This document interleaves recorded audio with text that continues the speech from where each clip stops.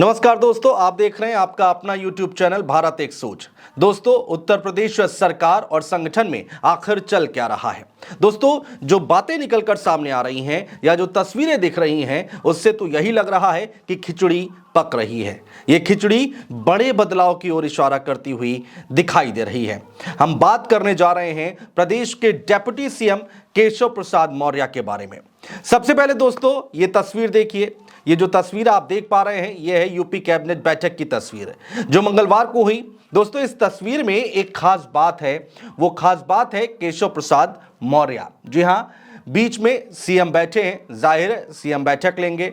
उनके ठीक बगल में एक और केशव प्रसाद मौर्य बैठे हुए हैं, तो दूसरी ओर दूसरे डेप्यूटी सीएम ब्रजेश पाठक बैठे हुए हैं। दोस्तों, पिछले कई दिनों से खबरें आ रही थी कि केशव प्रसाद मौर्य नाराज चल रहे हैं, कैबिनेट की बैठक में नहीं जा रहे हैं, दीपावली में नहीं पहुंचे, जैसा पिछले वीडियो में हमने आपको दिखाया था। लेकिन अब केशव मौर्य कैबिनेट की बैठक में शामिल हुए। खैर, बढ़ते आगे। दोस्तों, बीजेपी का दिल्ली दरबार क्या यूपी में कोई परिवर्तन चाहता है? क्या यूपी की कमान दिल्ली दरबार अपने हाथों में लेना चाहता है? और अगर हां, तो क्या यह इतना आसान होगा? क्योंकि सामने योगी आदित्यनाथ हैं। इसमें कोई दो राय नहीं है दोस्तों कि योगी आदित्यनाथ का कद आज की तारीख में केवल यूपी में ही नहीं बल्कि देश में बहुत बड़ा होता चला गया।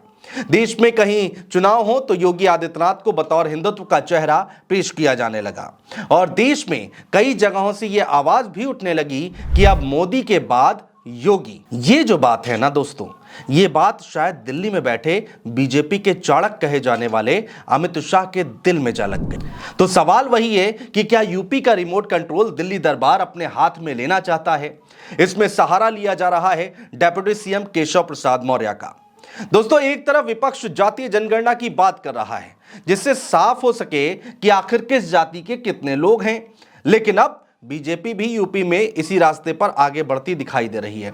कुछ नेता हैं जो इस पर जोर दे रहे हैं और इस बार यह कहा जा रहा है कि अगर पिछड़ों को साथ नहीं लिया तो 24 में सीटें और भी ज्यादा कम हो सकती हैं। और अगर यूपी में सीटें कम होती हैं लोकसभा चुनाव में भारतीय जनता पार्टी की, तो दिल्ली की गद्दी मोदी से और दूर होती चली जाएगी।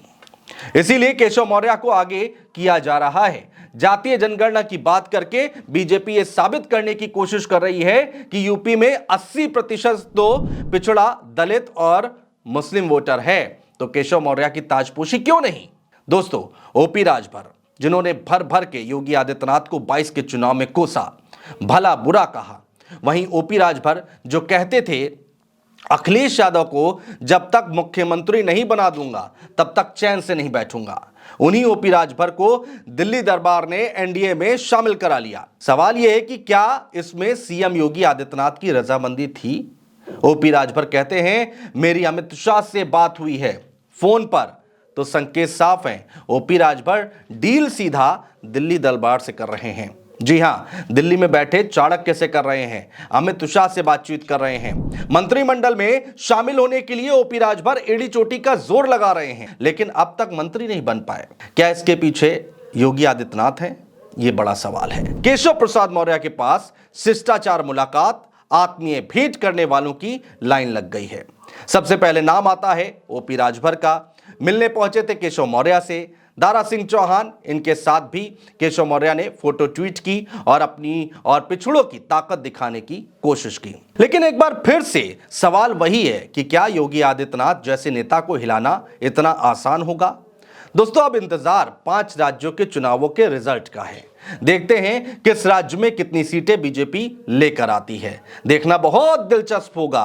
अगर बीजेपी की हार होती है तो क्या तस्वीर होगी, और अगर बीजेपी की जीत होती है तो दिल्ली दरबार इस पर क्या कदम उठाता है। उसका सीधा असर, जो 5 राज्यों के रिजल्ट आएंगे, उसका सीधा असर आने वाले वक्त में उत्तर प्रदेश की राजनीति पर पड़ता दिखाई देगा। खासकर सरकार में और संगठन में क्या कोई बदलाव होगा, यह अपने आप में बड़ा सवाल है दोस्तों। बहुत शुक्रिया।